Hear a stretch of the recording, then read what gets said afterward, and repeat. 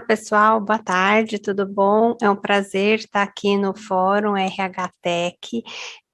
Eu estou com um desafio aqui de falar sobre a questão de monitoramento de performance e junto comigo estão a Michele Costa, coordenadora de RH da Ticket. Bem-vinda, Michele, tudo bom? Olá, Fernanda, obrigada. E o Dilson Alckmin, que é diretor de produtos da LG Lugar de Gente. Olá, Dilson, tudo bom? Boa tarde, Boa Fernanda. Tudo tarde. bem? Obrigado pelo convite. É uma honra estar aqui com vocês e um prazer falar desse assunto aí que é tão contemporâneo e tão atual, né? Desafio para todos nós. Exatamente, a gente viveu isso muito intensamente, né, nesses últimos anos. Bom, a questão, né, que o painel se propõe é discutir como fica a questão e como foi a evolução do monitoramento de performance no período. Até para ter um cenário mais completo, eu vou pedir para vocês darem uma contextualizada como era feito antes da pandemia, né? Como que vocês funcionavam? Existia home office? Não existia home office? Era para todo mundo? E como que era esse monitoramento de performance lá atrás? Quem começa? Legal, Fernanda. Vou começar contando um pouco. Eu fiz aí uma transição na pandemia, então tenho dois pontos de vista, experiências em empresas diferentes. Antes da pandemia, a gente já tinha muito forte esse olhar, né, para produtividade, para desempenho, indicadores, o olhar de desempenho potencial. Então, nós já falávamos muito sobre isso, sobre reuniões, como eram essas reuniões.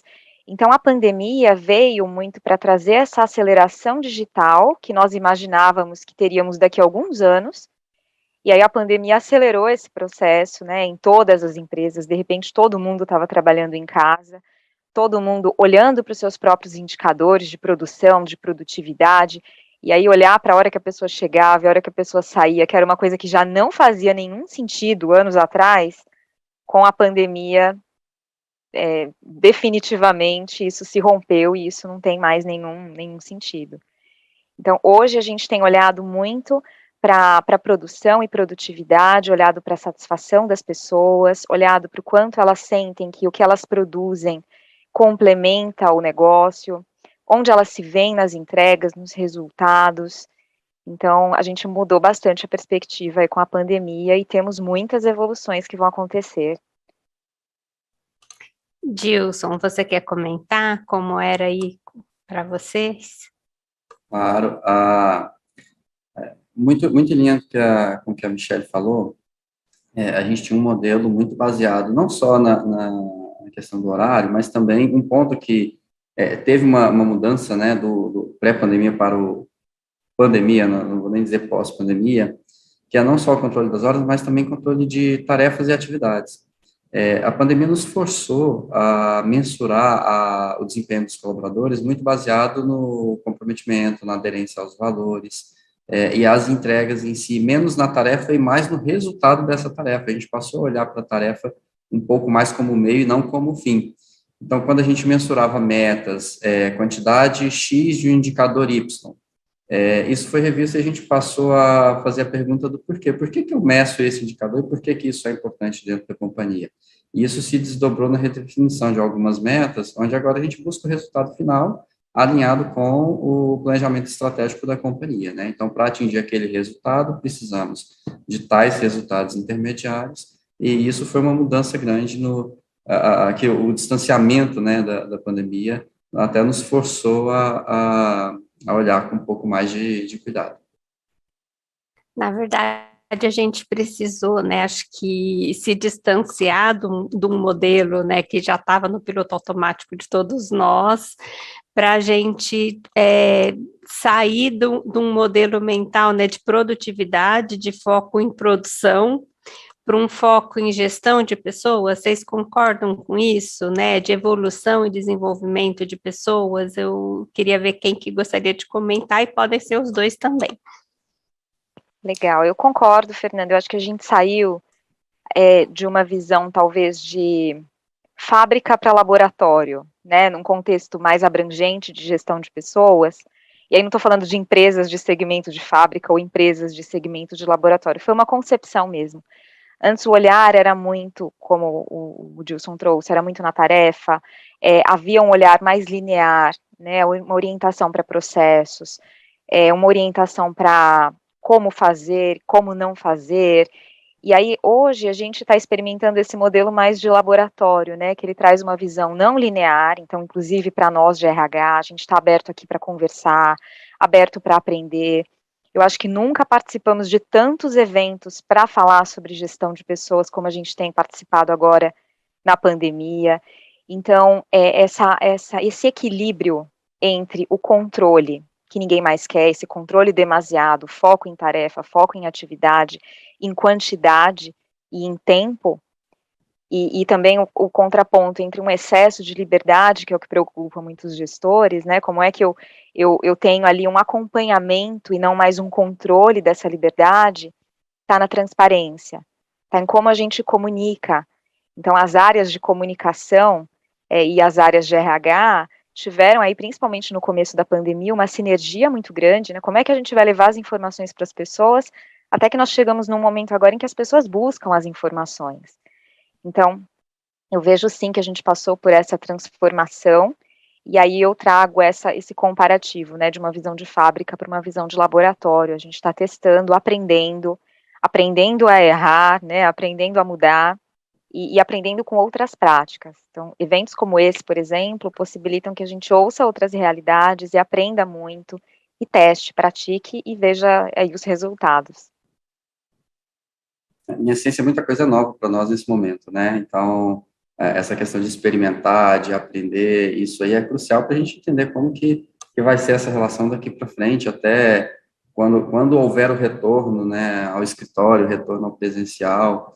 E aí um ponto que reforça muito essa questão de foco nas pessoas, a gente tem falado muito ultimamente sobre employee experience, né, sobre como eu consigo otimizar a relação de trabalho entre o colaborador e a empresa, né? A gente sabe que o colaborador ele tem uma jornada, desde quando ele é atraído, ele é contratado, toda a relação de trabalho que ele tem com a companhia, que passa por capacitação, por monitoramento agora com um foco diferente, né? Até retenção e eventualmente um desligamento. Então, toda essa jornada que ele passa dentro da empresa tem uma parte muito grande, bem significativa dela, que é você recompensar o colaborador, que é você desenvolver a pessoa. Todas as empresas, elas são essencialmente uma grande coleção de pessoas que produzem o resultado final para a companhia. Então, essa parte da experiência do colaborador, de desenvolver a pessoa aqui dentro, ela passou a ser o foco desse monitoramento que a gente está discutindo. Né? Na verdade, eu não monitoro mais a produção da pessoa, mas eu monitoro o desempenho, como que aquela pessoa está se comportando diante de um contrato de resultados que você estabelece com ela, ou diante da expectativa, não só da companhia para com o colaborador, mas do colaborador para com ele mesmo. Então, quer dizer, faz sentido eu estar dentro de uma empresa, se eu vou me desenvolver ali dentro, sim ou não. Isso passou a ser um desafio de nós, gestores, e tem tudo a ver com esse assunto de performance, porque a performance ela vai ser proporcional ao bem-estar, vai ser proporcional ao nível de engajamento que aquele colaborador tem dentro da companhia, então esses assuntos se falam muito. Eu vejo também que, para complementar só um pouco, um fenômeno interessante que a gente passou em RH, não sei quem está assistindo aí, provavelmente muita gente também é de RH, não há mais a especialização pura ali, né? Acho que durante a pandemia todo mundo falou de saúde mental, todo mundo falou de produtividade, todo mundo olhou para indicadores. Então a gente também quebrou um pouco aquela parede, né, entre as áreas de recursos humanos, né? Uma área que só olha para a qualidade de vida. Né? Ali a gente tem os especialistas, mas estava todo mundo muito preocupado com isso. Então, a gente também vivenciou esse fenômeno dentro dos RHs de ter uma visão mais generalista e transversal dos processos e de ter esse olhar muito forte para as pessoas, né? São as pessoas que estão desempenhando. Então, como é que elas estão se sentindo? Do que elas precisam? Então, teve essa transformação que a pandemia acelerou para a gente também. E aí eu queria aproveitar, Michelle, essa sua fala, e falar em duas questões, né? Assim, acho que primeiro, né, tanto você quanto o Dilson pontuaram a importância da transparência para o comprometimento, né? Então, em que medida a comunicação e o envolvimento dos colaboradores, né, no entendimento da estratégia total da empresa melhora a entrega e de que maneira os gestores, e aí no caso da pandemia, de repente todos, né, mesmo os gestores no nível mais básico, estavam preparados para uma realidade assim tão diferente como a que a gente vivia anteriormente, né? Como é que foi esse mix? Muito bom. Responda, Dilson, você começa? Posso responder? Na verdade, os gestores não estavam preparados. Essa é a mais pura verdade.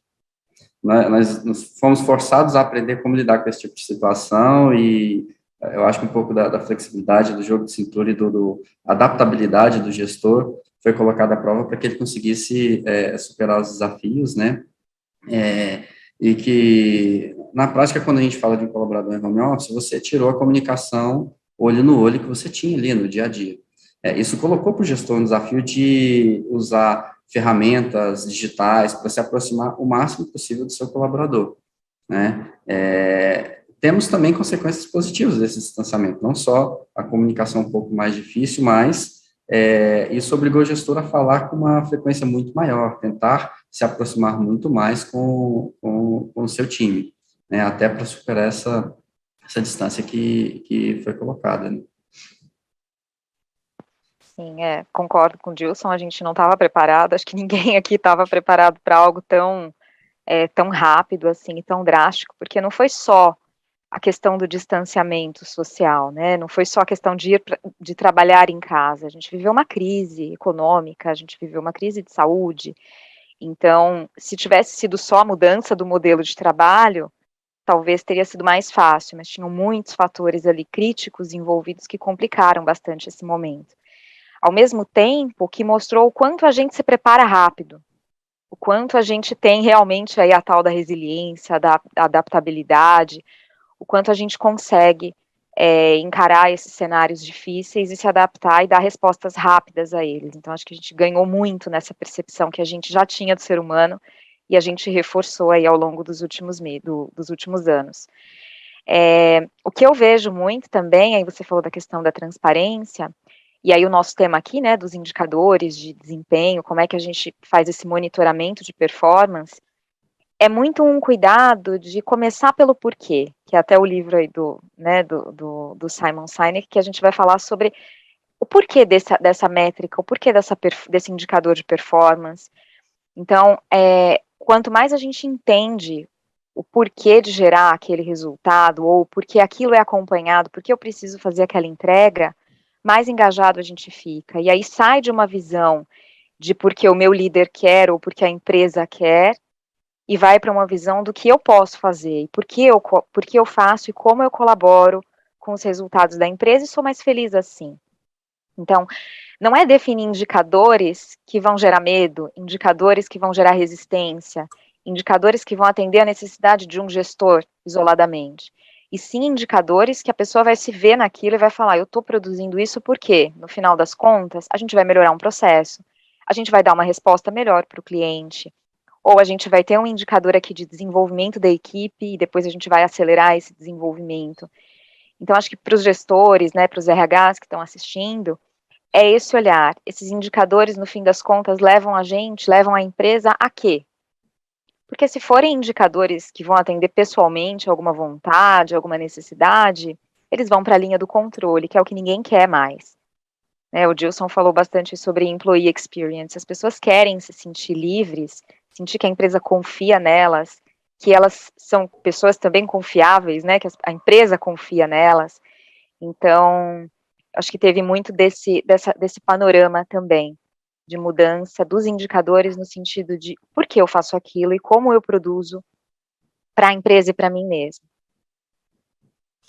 E nessa linha, né, do Employee Experience, né, quando a gente media engajamento, né, as empresas investiam muito nessa entrega de experiência para os funcionários. Então, mesa de ping-pong, sala de jogos, geladeira de cerveja disponível, né? Assim, uma série de coisas que hoje deixaram de fazer sentido, até porque a gente está falando num modelo atual, ainda bem real, de boa parte do time ainda em casa, em home office, né? Como que vocês acham que isso vai evoluir e o que vocês entendem agora que os colaboradores querem, né, como experiência? Eu acredito que os colaboradores eles estão olhando agora de uma forma diferente para o que a companhia oferece para eles, né? Então, deixa de ser a mesinha de ping-pong, a cerveja no fim do dia, mas passa a ser uma coisa um pouco mais profunda, né? Qual é o propósito que tem a minha participação nessa empresa? E como que eu posso me desenvolver como profissional dentro dessa empresa? Então, as pessoas estão buscando muito isso. Dentro do Employee Experience, dentro dessa linha de desenvolvimento, a gente vê isso tanto na LG quanto nas empresas que a LG atende, uma busca muito maior pelo autodesenvolvimento, né? As pessoas buscando aprender mais, visão de futuro, como elas conseguem conciliar a vida pessoal com a vida profissional. Então, nisso até o home office ajuda por permitir que a pessoa aproveite melhor o tempo dela com a família dela.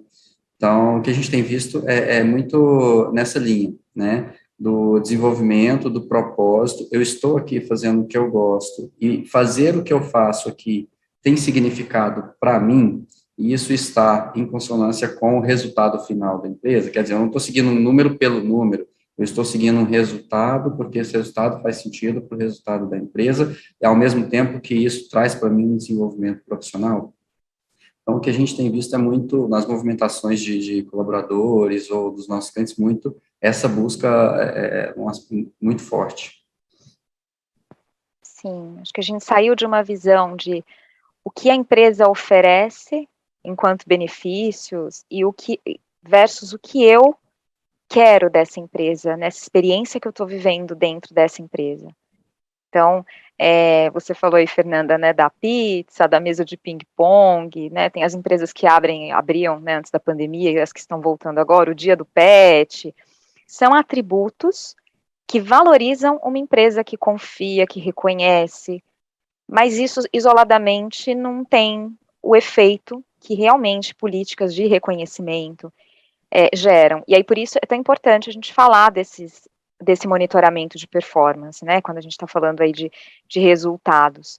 Então, o quanto eu realmente contribuo, o quanto eu sei que eu contribuo, ou posso passar a contribuir mais com essa transparência, com essa frequência de feedback, com a frequência de orientação. Não dá mais para esperar avaliação anual para saber se eu tive uma performance boa ou não. A coisa tem que ser no quente ali, né? Então é por isso que é tão importante ter sim esse olhar de monitoramento de performance atrelado a todos esses programas de reconhecimento, de endomarketing, essas ações que valorizam a employee experience. Então, vai ter a mesa de ping-pong, ótimo, mas ela reforça essa cultura de reconhecimento ou ela é uma coisa ali isolada que não conversa com a cultura da empresa? Então, acho que tem muito desse olhar também. Tem essas informações que são complementares, mas a pergunta é, a minha empresa realmente olha ali para os indicadores, toma decisões baseadas nesses resultados, não num sentido de punir quem não faz, mas num sentido de desenvolver quem precisa, e também desenvolver quem está muito bem, como é que a gente reconhece isso, e no final do dia, ou na hora do intervalo, ou na hora de uma pausa ali, tem a mesa de ping-pong, que é super bem vista nesse contexto, e a gente utiliza porque a gente sabe que a empresa confia na gente. Né? Acho que é muito disso que as pessoas têm buscado. A gente sabe, né, que foi um período de muitas questões de fórum íntimo, né? Acho que você se deparar com uma pandemia, você se questionar sobre uma série de coisas, né? Sobre trabalho, sobre propósito e tudo mais. E a fala de vocês traz um pouco isso, né? Acho que mudou o foco das pessoas. Eu acho que a percepção, né, ficou muito mais focada no propósito, na busca, e aí a gente vê também uma crescente de temas ligados a ESG, né, a sustentabilidade, a diversidade, a questão ambiental. De que maneira vocês acreditam que isso engaja mais as pessoas nesse cenário que a gente está vivendo? Gilson, começa você agora. A gente sempre fala muito dessa questão de sustentabilidade, uma visão muito pontual, né?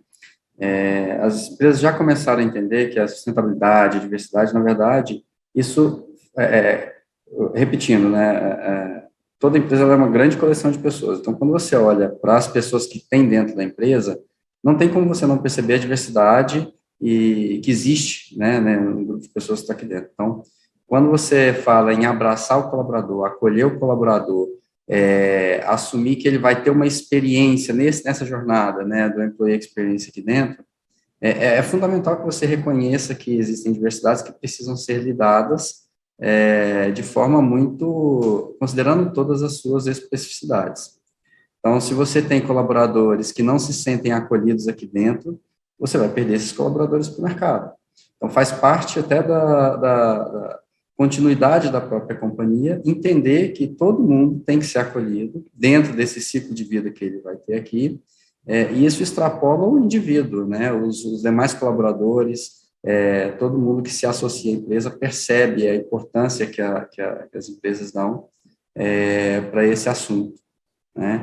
Então, isso até reforça a questão de a marca empregadora da companhia, né, reforça a imagem de marca empregadora da companhia, que é um dos atributos de qualidade quando os colaboradores buscam empresas que eles se identificam, né, o fit cultural vai ser muito maior de colaboradores que olham para essas companhias e veem nelas empresas que valorizam as individualidades e também a sustentabilidade. Então, de forma resumida, é uma questão sistêmica, né, não é algo pontual, mas passa pela empresa inteira, mas afeta e deixa transparecer para as pessoas que estão dentro e fora das empresas. Quer acrescentar alguma coisa, Michele?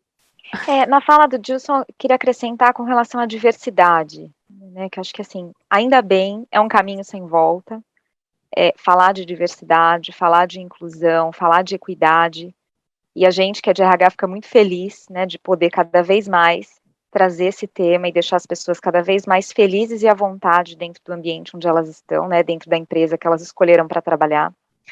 E aí, agora, quando a gente fala da pandemia, a gente experimentou cada vez mais ser quem a gente é, né, se vestir do jeito que a gente gosta, ter as nossas rotinas dentro de casa, as nossas maneiras de pensar, os processos de trabalho, de se organizar.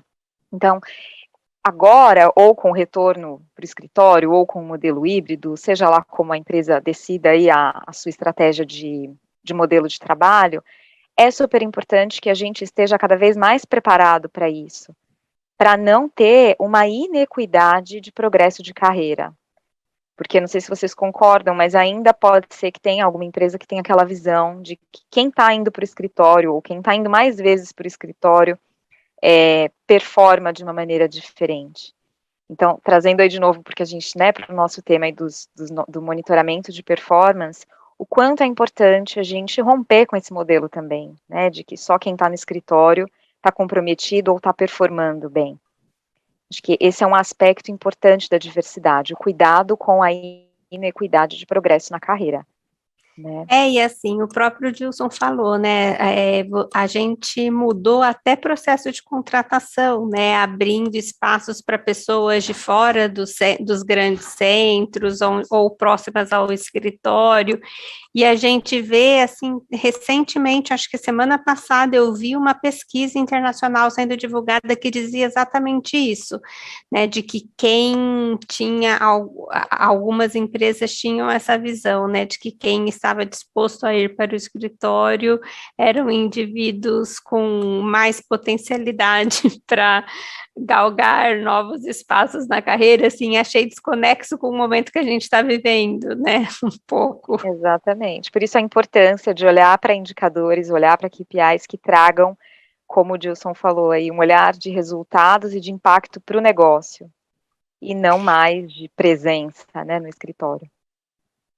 E aí vamos falar, né, de uma outra questão, né? A gente está falando de performance. Eu acho que uma das grandes questões que também mudaram foi os feedbacks, né? Foram os feedbacks. Como que ficou isso, né? O Dilson falou num líder mais presente. Os feedbacks também ficaram mais ágeis? Olha que coisa interessante. O feedback já, por si só, já tem um estigma muito negativo, né? Geralmente a gente associa o feedback a um problema, a uma crítica, ou eventualmente até um desligamento. Então, o feedback já é uma coisa difícil de se fazer, né? Só que esse distanciamento, como eu falei, ao mesmo tempo que a gente se distanciou fisicamente, nós fomos obrigados a estar mais próximos virtualmente, digamos assim, por força do próprio trabalho, das próprias atividades no dia a dia. Isso forçou os gestores a realizarem feedback, não necessariamente de uma forma mais formal, digamos assim, mas de uma forma mais constante no dia a dia. E olha que coisa excelente. O feedback constante, o feedback mais frequente, ele é a chave para você ter proximidade com o colaborador e até para você derrubar esse estigma, essa barreira de feedback como crítica, feedback como vamos colocar o dedo na ferida e ver o que a gente tem que trabalhar aqui. Historicamente, a gente sabe que os ciclos de feedback, sejam anuais, semestrais, ou mesmo trimestrais, eles são muito atrasados na linha do tempo. Então, hoje eu estou falando com um colaborador do meu time, fazendo um feedback, mas de um problema que aconteceu há 6 meses atrás, porque o meu ciclo é semestral. Então, quer dizer, esse problema nem existe mais, né? Aquele problema já foi superado, o colaborador já está performando em outro contexto, em outra situação. Às vezes eu nem lembro do contexto completamente para poder conversar com o colaborador.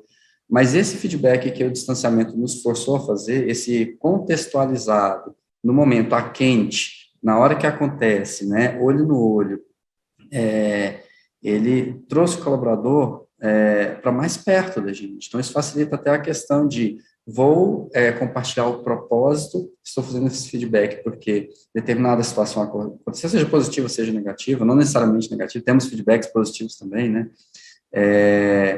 Mas isso aconteceu e essa é a correção de rota que a gente precisa fazer e é a vida que segue no nosso dia a dia. Quer dizer, a frequência maior, uma proximidade maior, menos formalidades que derruba esse muro, esse distanciamento que tem do colaborador, né? Então, esse é um fenômeno que nós observamos com as pessoas por força desse distanciamento e até não consigo imaginar uma forma de superar as barreiras que o trabalho remoto colocou, que não fosse pelo feedback mais constante, né? Tem uma pesquisa do GPTW que é uma estatística que menciona que entre as 150 melhores empresas para se trabalhar, a gente tem um percentual muito grande, 58% dos colaboradores que se sentem felizes onde estão, receberam pelo menos um feedback no ano. E esse número ele aumenta significativamente quando você pensa em pessoas que receberam 2, 3 ou 4 feedbacks no ano.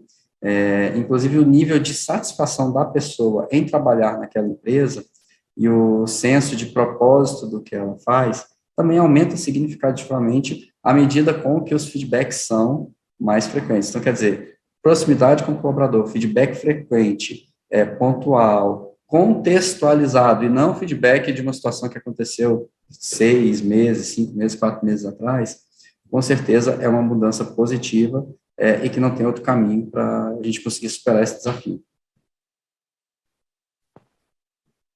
Bom, concordo com tudinho que o Gilson trouxe, acho que tem que ter essa conversa frequente, a gente está mais próximo das pessoas, apesar de não estarmos próximos fisicamente, estamos mais conectados com as pessoas, e essa importância, né, de percepção, essa conexão que leva para uma percepção, aconteceu alguma coisa, como aquele colaborador está se sentindo, como eu aqui me coloco à disposição dele, e não mais um compromisso, né, um feedback, uma conversa agendada. Tem que tomar muito esse cuidado também, porque vai virar um feedback de agenda, né, vai entrar lá na agenda do funcionário, conversa de feedback ou feedback. Então, como é que a gente faz os acordos com a equipe? Eu acho que dentro da pergunta da Fernanda, eu proporia acordos com a equipe. A gente não está mais lá no escritório, a gente não está mais se vendo. Assim que termina uma reunião, não consigo mais chamar a pessoa ali e conversar com ela sozinha sobre alguma coisa que aconteceu. Então, que acordos a gente pode criar com a equipe? Quem não fez ainda, acho que é uma oportunidade, chamar a equipe e falar como é que a gente vai trabalhar nesse modelo, né? Como é que a gente vai conversar? Se depois de uma reunião, por exemplo, que alguém da equipe faz uma apresentação, a gente combina aí 5 minutos de troca depois. Então, fazer esses combinados para que a equipe não se sinta desassistida ou altamente controlada, e o líder também não fique com essa sensação de que não está presente, não está participando da equipe. E um outro ponto é também o reconhecimento, né? Pensar nas estratégias de reconhecimento, porque o reconhecimento é um feedback. E esse a gente faz em equipe, esse a gente faz com todo mundo. E até enaltecendo pontos fortes da equipe, que podem ser por comportamentos individuais, mas o quanto que essa equipe é um time. O quanto o comportamento positivo de uma pessoa influencia no de outra, ou que competência que um tem ali que se destaca, e como é que essa pessoa pode contribuir com o desenvolvimento do time. Então, o ponto forte, acho que, de um líder que deseja ter sucesso nesse modelo é criar acordos com a equipe, e não acordos que partam só dele, mas que tenham uma escuta e que com a equipe definam aí qual é a melhor maneira de seguir adiante, para dar esses feedbacks, inclusive. Olha que interessante, Michele. O que não é esse acordo que você está propondo no feedback, senão a própria meta e o próprio resultado combinado, né? Verdade. Que é o nosso próprio tema. Então, quer dizer, o feedback, ele é uma retroalimentação das metas que você combina com o seu colaborador, que é um alinhamento com o resultado final que a gente procura, né? É isso aí.